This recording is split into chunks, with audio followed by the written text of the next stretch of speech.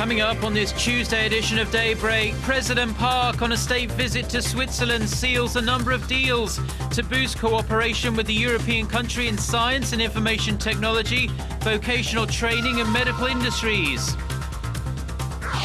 Authorities believe migratory ducks found dead near the first farm to fall foul of the latest bird flu outbreak likely brought the virus to Korea's southwest.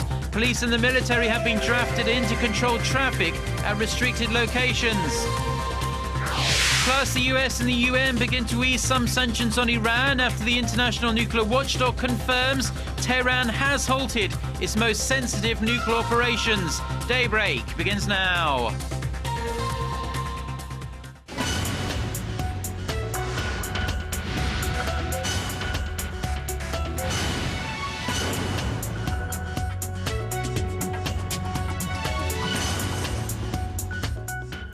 You're watching Daybreak on Tuesday, January 21st. I'm Choi Yu-sun in Seoul.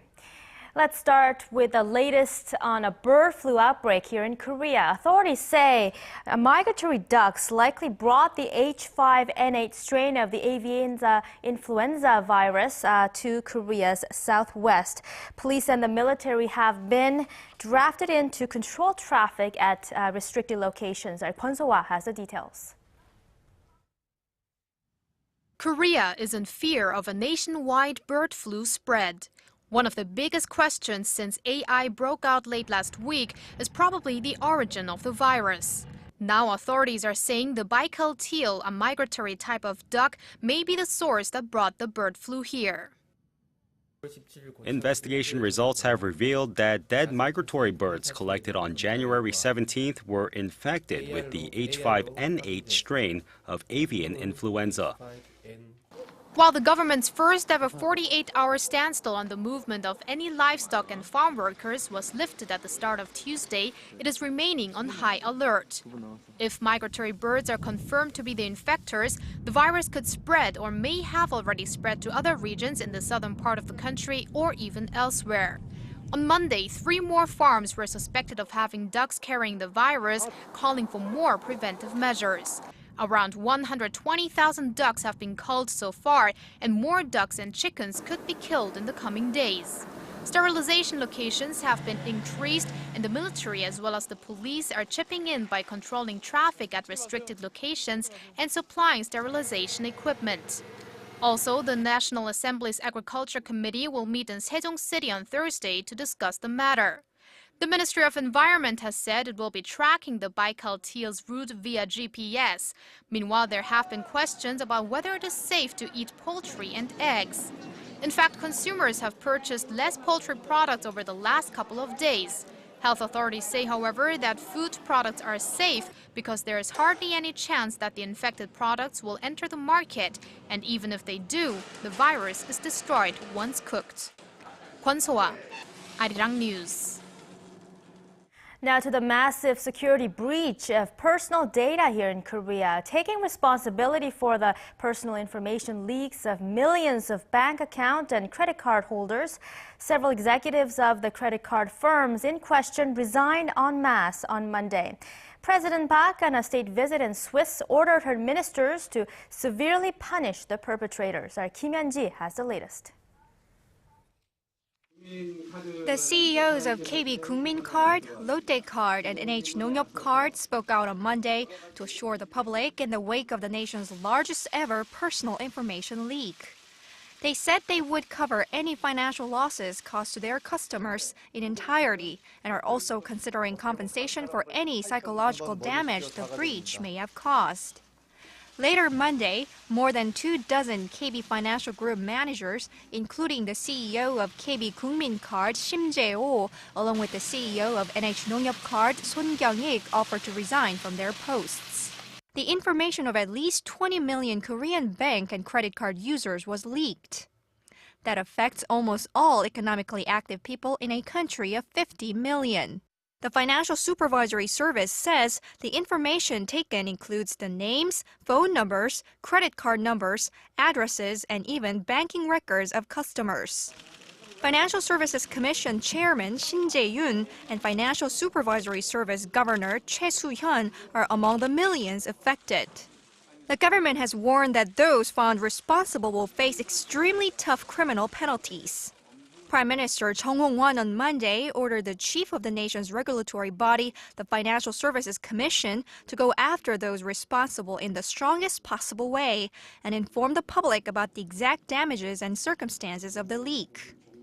Chung also asked for strong countermeasures to ensure such incidents don't happen again. Regulators have already launched investigations into security measures at the affected firms. The Financial Supervisory Service told Arirang TV that they are working closely with the Financial Services Commission and that they are looking into tougher fines and a suspension of business for the firms who had their data leaked.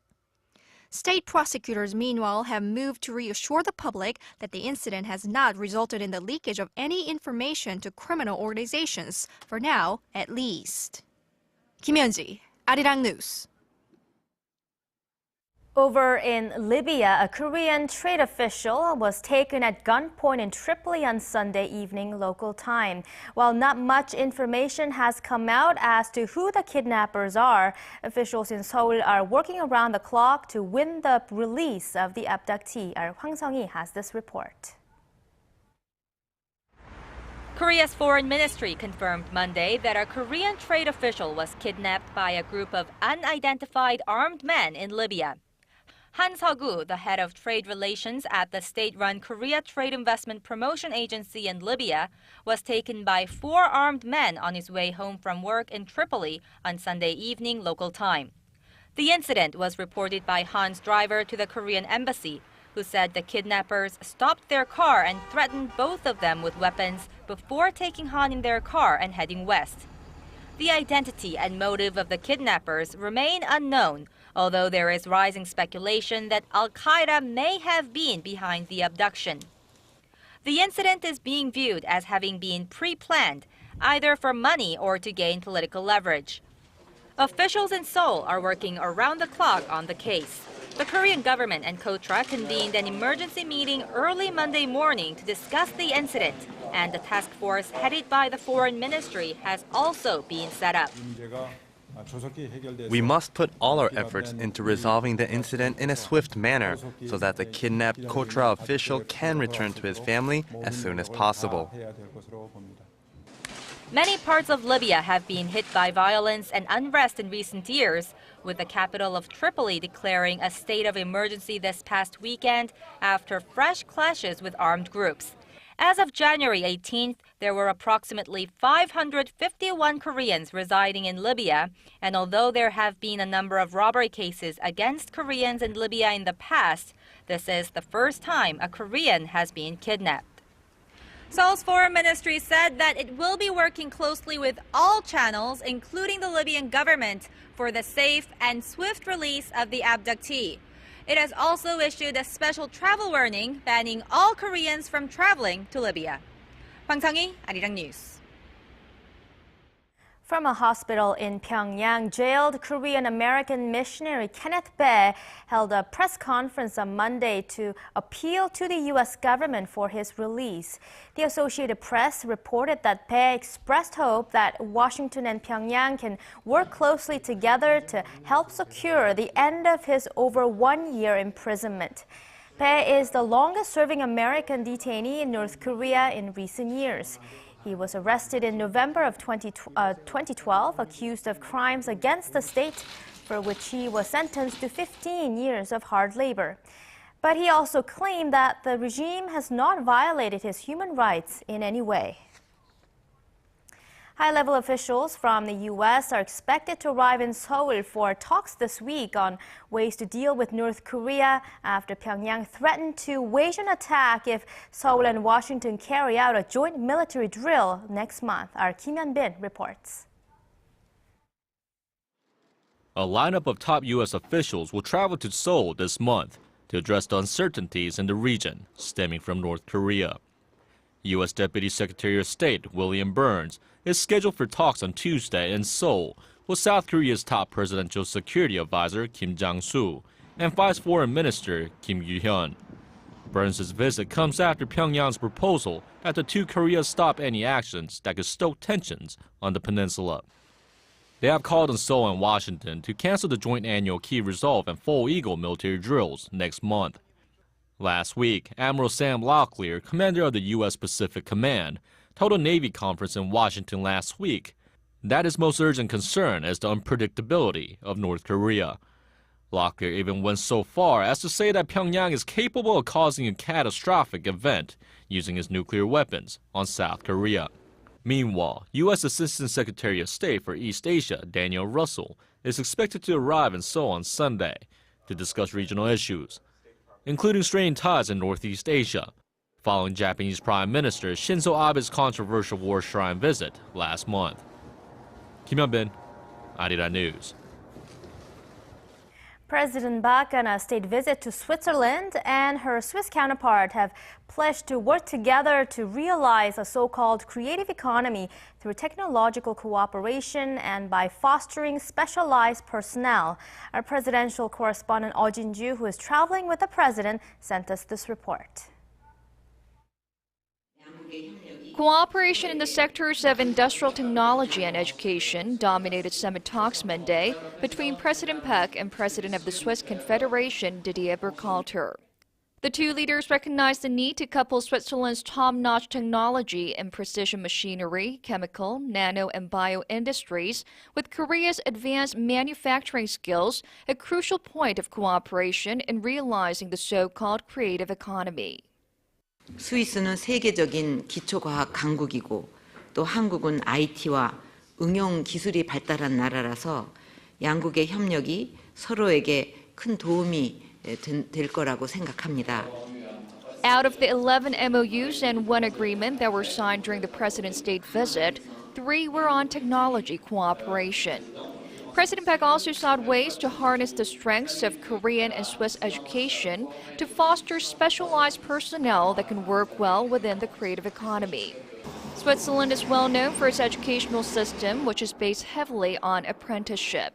Most high school students are trained in vocational schools called Berufsschule, where they spend 3 to 4 days a week in companies to gain experience in industrial settings. An MOU was signed between the two nations to provide opportunities for graduates of Korea's vocational high schools or Meister schools employed in Swiss companies operating in Korea to receive vocational training in Switzerland for a year. There are also a number of MOUs signed to boost trade and investment, including a social security agreement that would relieve Korean and Swiss employees working in each other's countries from double taxation. It wasn't just the economic topics that topped the summit agenda. The Swiss leader promised to throw full support behind Seoul's efforts to maintain stability on the Korean peninsula and persuade North Korea to denuclearize. Oh Jin-ju, Arirang News, Bern.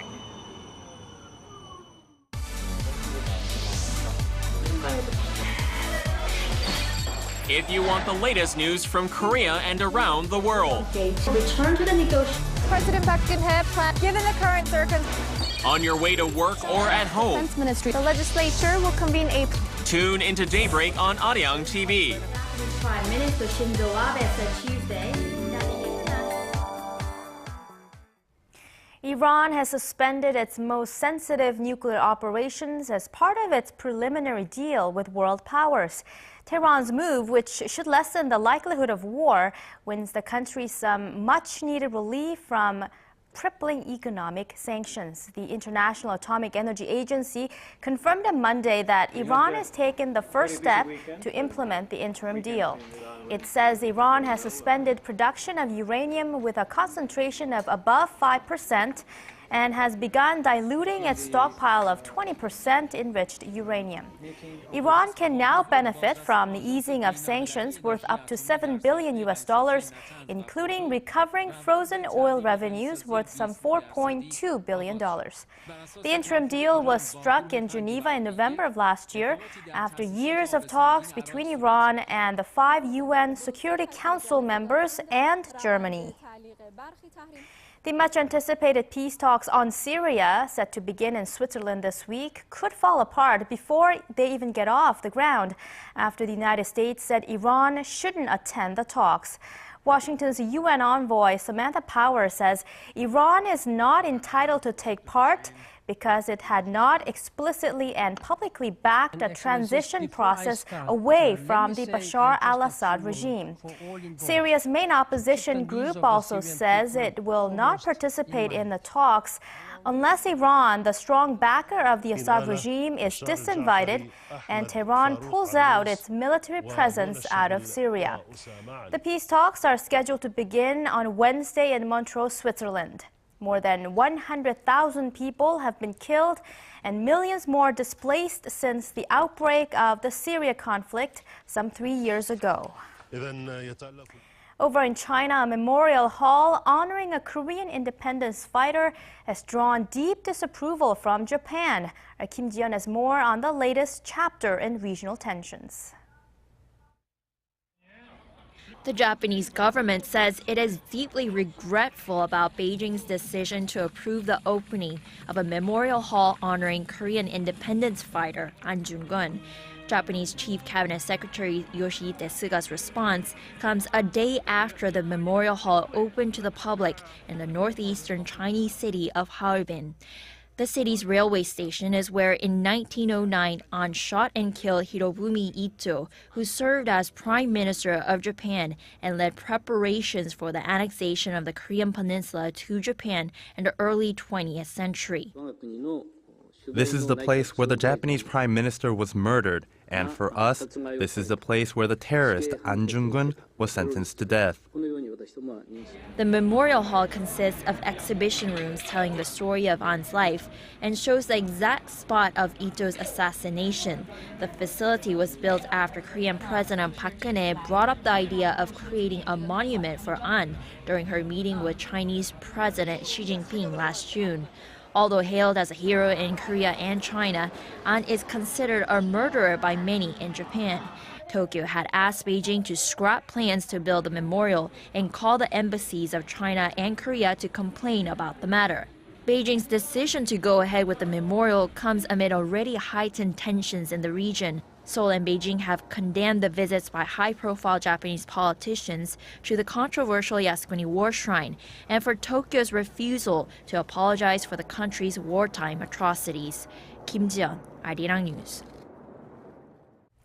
And strongly critical of the Japanese officials' remarks, the Korean Foreign Ministry says An is a highly respected figure not only in Korea but around the world for the sacrifice he had made to achieve peace in Asia. The ministry then said Ito was the main culprit who led Japan's invasion of Korea, and it accused the Abe administration of glorifying Japan's imperialistic past. New economic data shows the Chinese economy grew 7.7% on-year in 2013. It marks the slowest growth for China since 1999 as the country looks ahead to rebalancing its economy and enacting major reform measures. Our Polly has the details.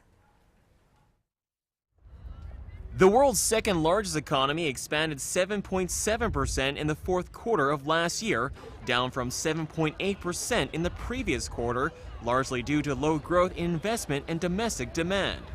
According to the National Bureau of Statistics on Monday, China managed to pull off a 7.7% growth rate last year, beating the government's target estimate of 7.5%.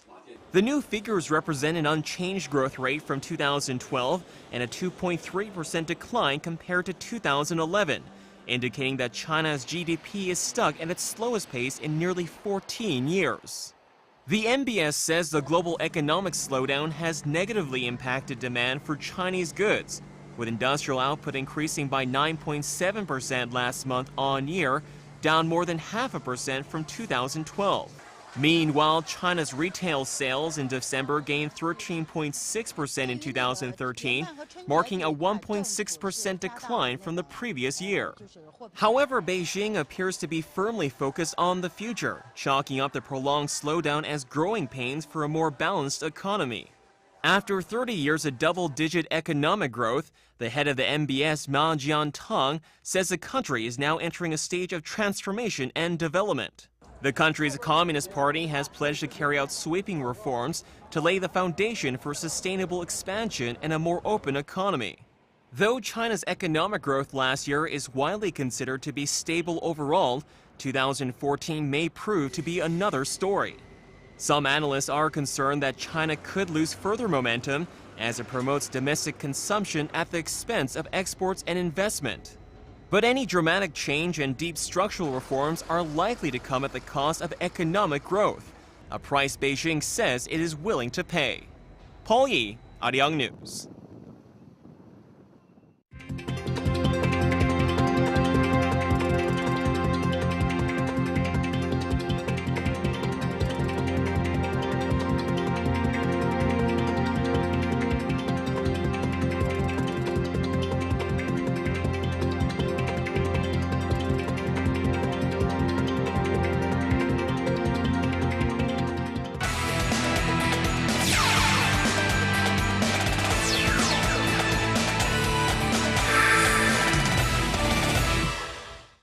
And a good Tuesday morning to you all as we kick things off with the 2014 Asian Games in Incheon. With 45 Asian nations being invited to the competition, only one nation rejected the invitation. That is until Monday when North Korea decided to participate in football. Now, the North Korean Football Association has told the officials in charge of the upcoming Asian Games that the North Korean men's and women's football team will compete in Incheon this September. This is the first time that North Korea has contacted first, stating their desire to compete at the Games. While it's unsure whether other athletes will compete in other events, they have until June 20th to finalize their roster. Meanwhile, back in 2002 Busan Asian Games, North Korea finished with 33 medals, including 9 gold medals. Moving on, the K-League officials on Monday had a meeting to review the past season. And with that, they revealed the customer transaction numbers out to the public. Now, the numbers reveal that FC Seoul topped the sales in the 2013 season, with Anyang FC topping the sales number over in the K-League Challenge. However, the Suwon Samsung Blue Wings, known for their fans, topped the attendance with 336,098 fans, with FC Seoul coming in second with over 310,000. The league saw a total attendance of 2,039,475 fans for an average of 7,638 fans per match. However, the league only saw a profit of 3,781 per seat, or little less than $3.50. And shifting over to winter sports, where 2 more Koreans are headed over to Sochi after the Korean skeleton team earned 2 tickets to the upcoming Winter Games. And heading over to the Sochi Winter Games are 26-year-old Lee Han-shin, who's currently the captain of the Korean skeleton team. And joining him will be the 20-year-old Yoon Sung-bin, who won a gold medal at the 6th round of the Intercontinental Cup earlier this month. And finishing things off in swimming, where Marine boy Park Tae-hwan started off the new season with a bang, winning 2 gold medals in Australia.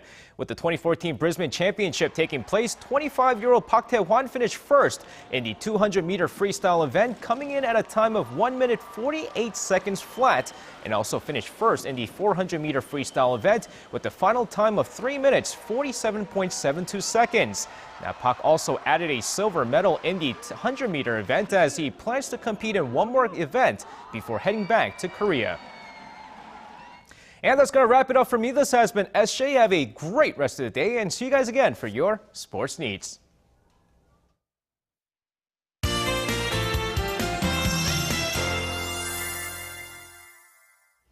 Good morning, I'm Lee Ji-hyun with your latest weather forecast. Well, the capital area received a total of about 10 centimeters of snow yesterday, which is the most amount of snow we've received this winter. And temperatures dropped way below freezing overnight, which caused the icy roads to develop. So please use caution if you will be out on the roads this morning. So most of the snow has let up in the upper parts of the peninsula last night, but there are some of the lingering scattered snow in down south and Gangwon-do in the early hours, but that should let up as we head into the afternoon. And heading towards the afternoon, clouds will also give way to sun, so we could look for a much sunnier afternoon today. But as I said, cold snap returned, but it will be a brief one. In fact, unlike freezing morning lows, daytime highs will be getting up to positive signs, so it will feel much milder during the day. And on Thursday, temperatures temperatures will hike up to 6 here in the capital, and it will remain mild for a while. With that in mind, here are the readings for today. The morning low in Seoul is at -7 and will get up to -1, and Daegu and Gwangju should wake up to low of -3 and -4 and see a high of 3 and 1 respectively, while Busan sees a high of 5 in the afternoon. Now for other regions, it looks like Jeju will climb up to 3 in the afternoon, Daejeon will get up to 1, while the top temperature on Kumgangsan Mountain will be at -4. Now that's all for Korea, and here's the global forecast for viewers around the world.